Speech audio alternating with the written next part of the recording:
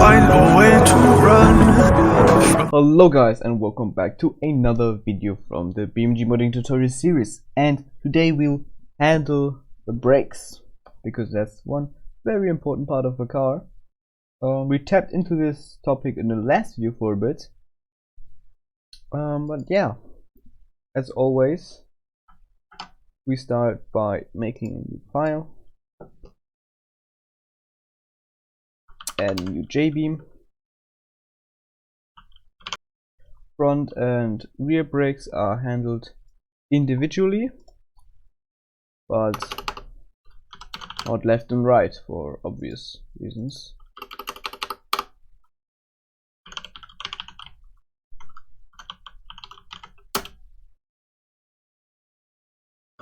Just do the basic naming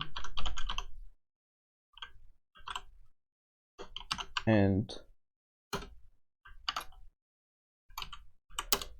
formation stuff here,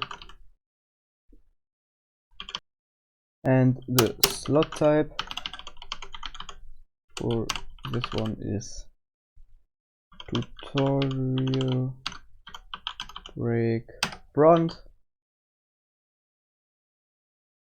and it contains one slot.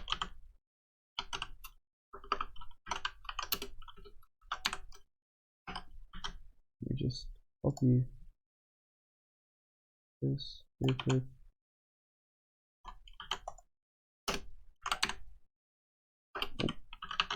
Which is the brake pad,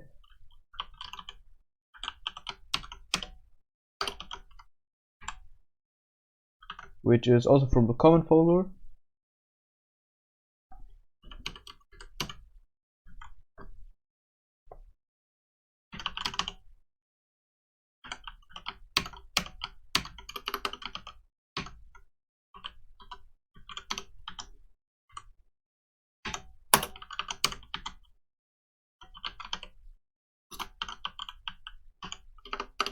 Brake. It's also a core slot, meaning that it can be empty.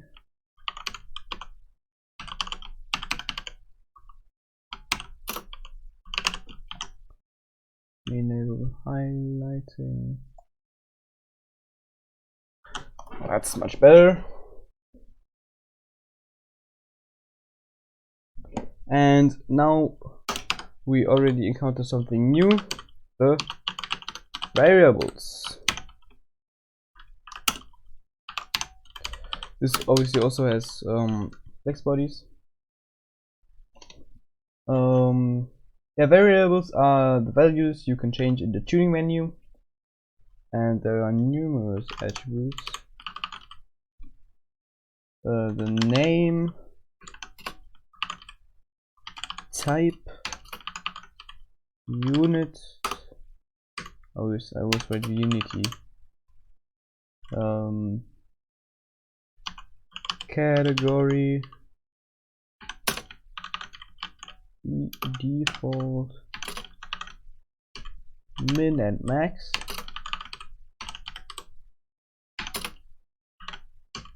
as well as title and description.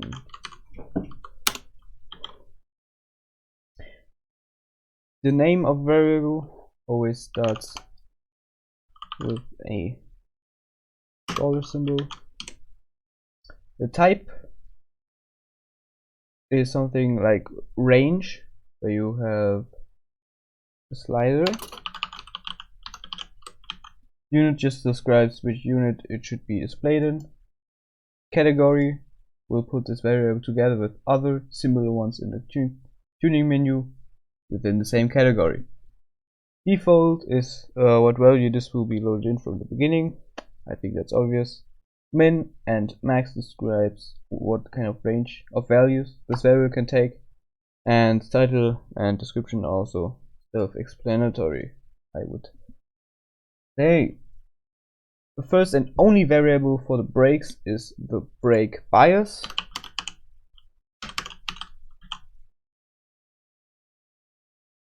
It's a range without any unit, because it's a relative measurement.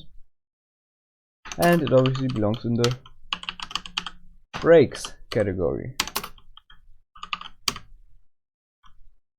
As a default, 0.65 is usually something you can hardly go wrong with, but you might change it to better fit your application. Minimum is 0, maximum is 1, so nothing special there. And we can just take your standard title and description.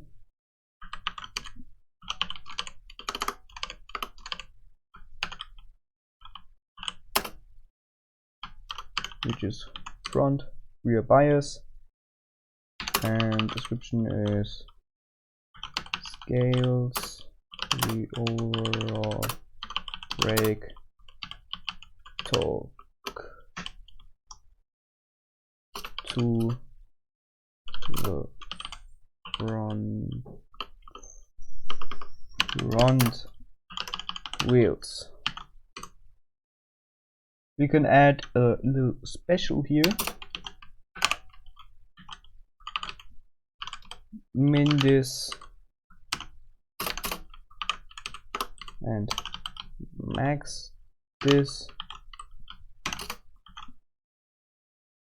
They mean that the value from 0 to 1 will be mapped and displayed from 0 to 100, since it's a percentage. And now we can get to the real deal, the actual brakes themselves. As shown in the previous video, they get defined in the pressure wheels section. First thing you need to do is the brake torque,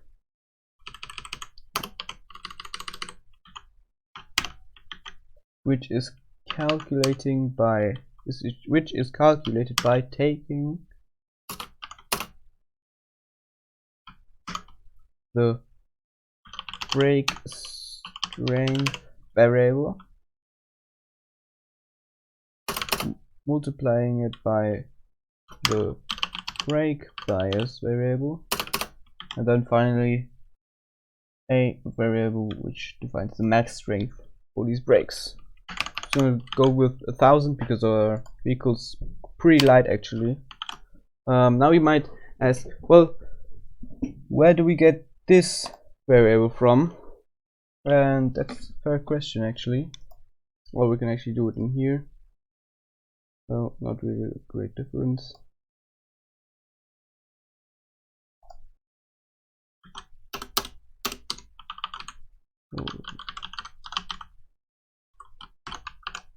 So variables, copy this again.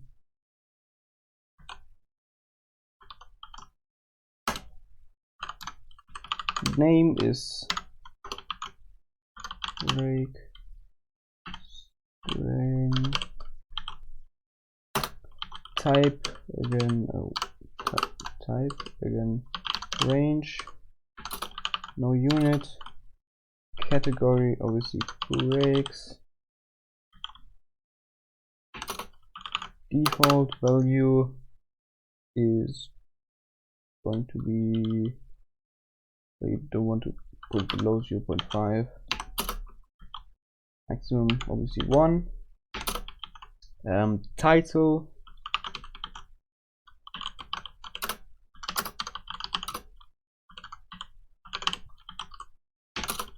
and description, scales the overall brake torque, and also we're gonna map it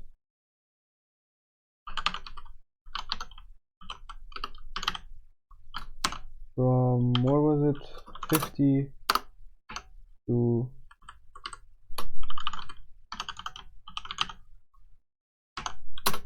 100.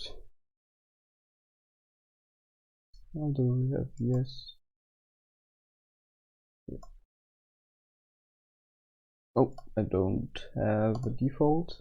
I guess it would be something 2.8 maybe. Yeah. Now let's go back here. So now we have that break strength variable. Why did I call it break strength? Yeah, that's correct. Ooh, oh. Break input split and y break split coef are going to want both, because we obviously don't want to split the input to the breaks. Why do you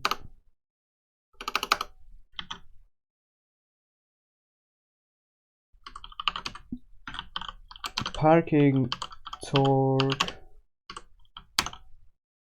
just says how much torque the parking brake will act on these wheels. Usually it's 0 for the front brakes, because parking brakes at the rear.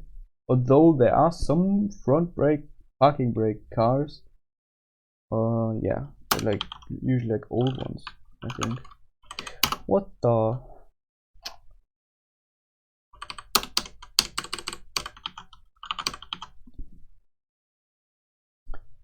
Brake spring. That's how springy the brake pedal would be. So higher values mean like a harder brake pedal. That goes back quicker, I think, or like calipers that are harder to push or something like that. Just go with 100, like a standard value. And because we obviously want brake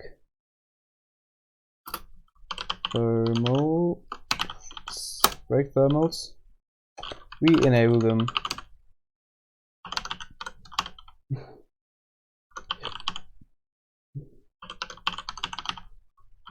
by just saying this to true.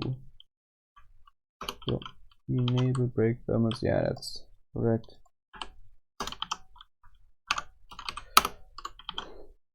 And for that to work properly, we need to give it the diameter.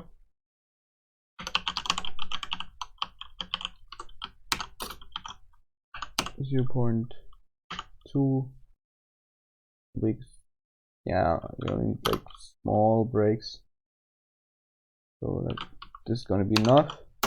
And the mass of the brake disc,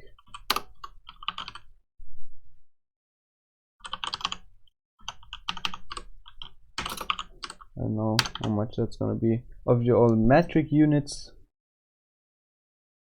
as well as the type of brake, which there are drum brakes, disc, or vented discs.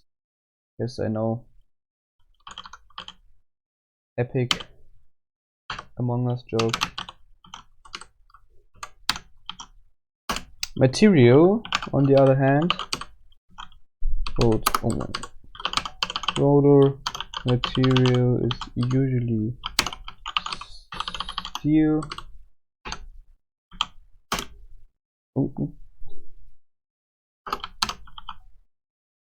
Then we need to find a value for brake venting coef that says how good the brake disc is at venting. No, or rather how good the airflow is around the engine. So how well it cools.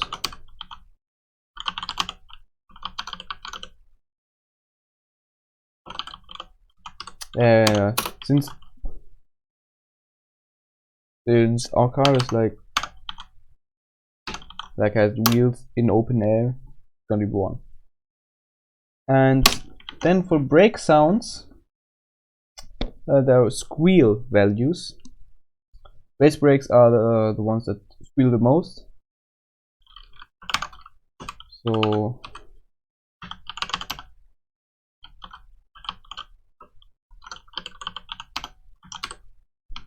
and since we're building a high performance race car, we put them to like 1.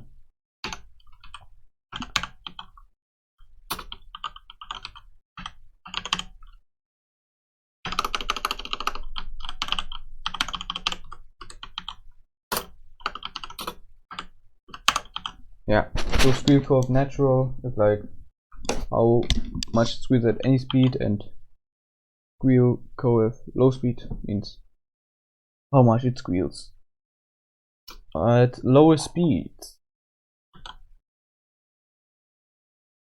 I think you can also make that the impression for old like one brakes, but yeah.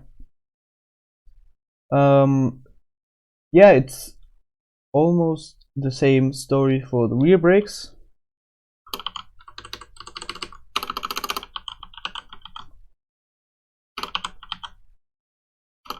I hope it's premium. I know it's there are premium race brake pads, but I hope they're it's like that's their actual name. We just don't have the brake bias value because it's handled by the front brakes, and that's also why we need to catch the case if it isn't there when you have no front brakes. So this is how we do it. So brake bias new, and then will be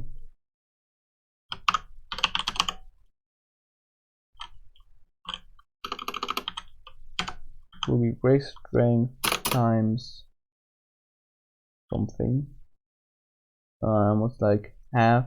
Okay, we have say 400, or if brake bias is not null, then it will be just brake strength times 1 minus brake bias, because now we have the rear. Also, the rear brakes are just a little bit smaller, and yeah, they don't squeal as much, and they're not as strong. Although no, let's keep it with that.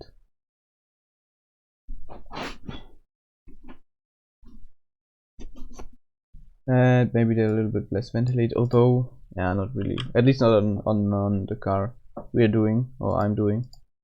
Also, they don't squeal as much. Let's keep it like low value.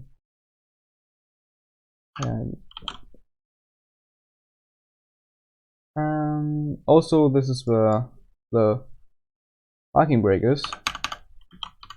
So I don't know. We don't need that much. Yeah, 700 is going to be enough to lock the rear wheels with that light of the car. The brakes obviously have flex bodies, as I already said. One for the calipers and one each for the left and right brake pads. But we already did flex bodies and 3D models, and I'm just too lazy to actually do them because yeah, it's just a car for showcasing the concepts. So yeah, you know why I don't do that. Only one thing left to do, which is making these slots into brakes, into the suspension.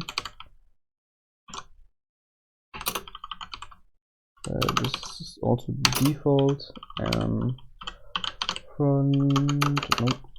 Front brakes.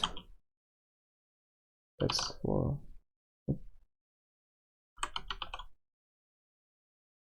front, this for rear.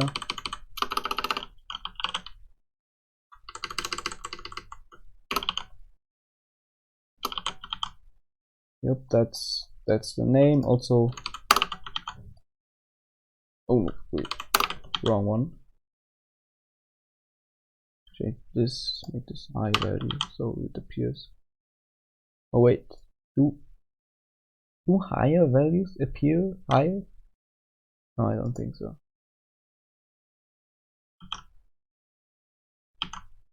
So let's copy that stuff, front, rear, and the new brakes. Copy that over, yes, place, and let's start up BeamNG and see if it works. So guys, I'm now in BeamNG.drive and I realized that you can't have the spacebars I made here for some reason. I don't know why. They don't want me to have tidy code, but yeah, whatever. So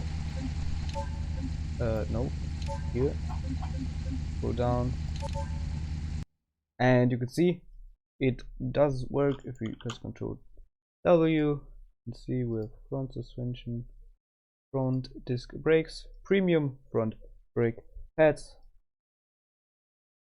Yeah.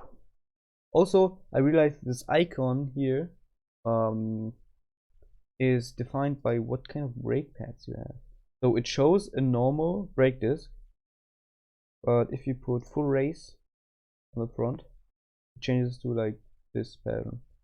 Even though it changes the image for the brake disc, even though we changed brake pads, but not important. Yeah, let's get it up to speed.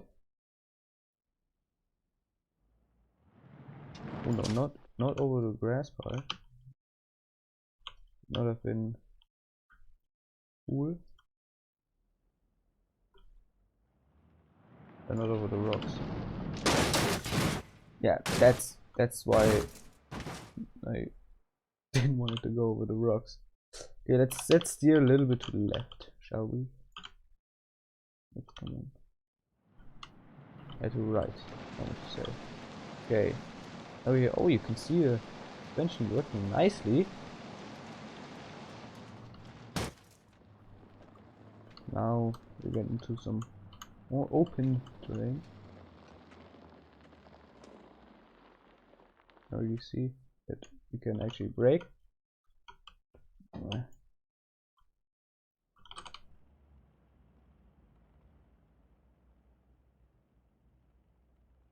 And yep.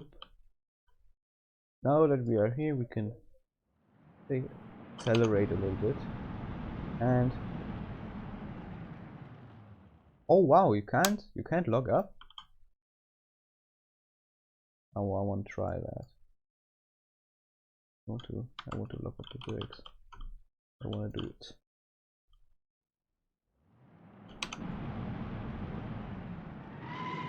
Yeah, a little bit, but not by much. I hope the rear brake is strong enough. Oh, no problemo. Let's go e-brake. Oh, yeah, it definitely works. Even though it's quite annoying to always just pull the car up to speed. Let's try a little drift. No. Anyways, I'm having too much fun right now. Yeah, that's it for this episode. I hope you learned something new. As always, be subscribed. Do not miss the future episodes, which are now getting into very interesting terrain. Yeah, we will finally be covering transmission, engine, and overall drivetrain stuff in the next episode. see you guys in the next video. Goodbye.